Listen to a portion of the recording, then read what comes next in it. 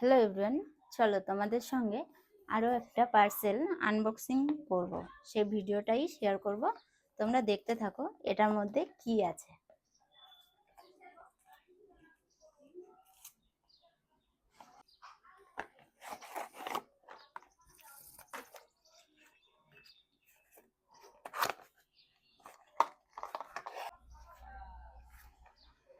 এটার মধ্যে 4টে nail polish আছে।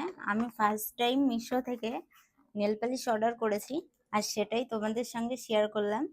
তো জানি না কেমন হবে, আমি পরার পর দেখব। 4টে সেট আছে, এই